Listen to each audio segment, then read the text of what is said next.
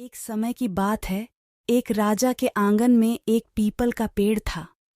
उस पेड़ पर एक गौरा और गौरैया रहते थे।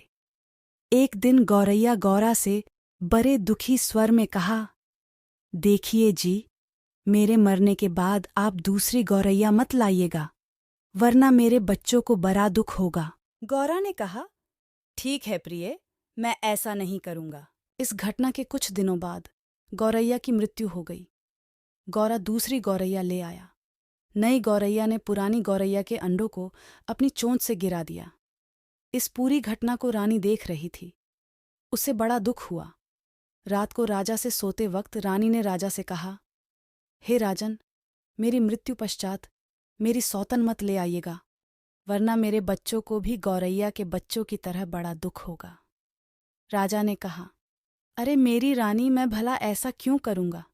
तुम निश्चिंत रहो, मैं कभी तुम्हारी सौतन नहीं ले आऊंगा।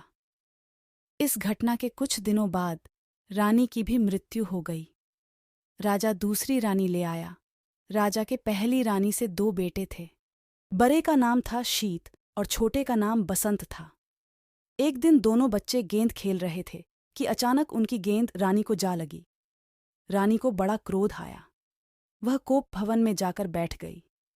शाम को राजा ने पूछा तो रानी ने बड़े आवेश में आकर कहा, हे मेरे राजा, अगर तुम मुझे जिंदा देखना चाहते हो तो मेरे सामने शीत बसंत का कलेजा काटकर ले आओ। राजा बड़ा परेशान हुआ।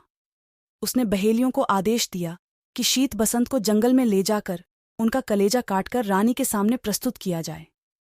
बहेलिये शीत बसंत को जंगल में ले गए तो शीत बसंत ने रोते हुए कहा, ओ बहेलियों, हम पर दया करो, हमारे गले सोने के हार है, इन्हें ले लो और हमें जिंदा छोड़ दो। उसमें से एक बहेलिये ने कहा,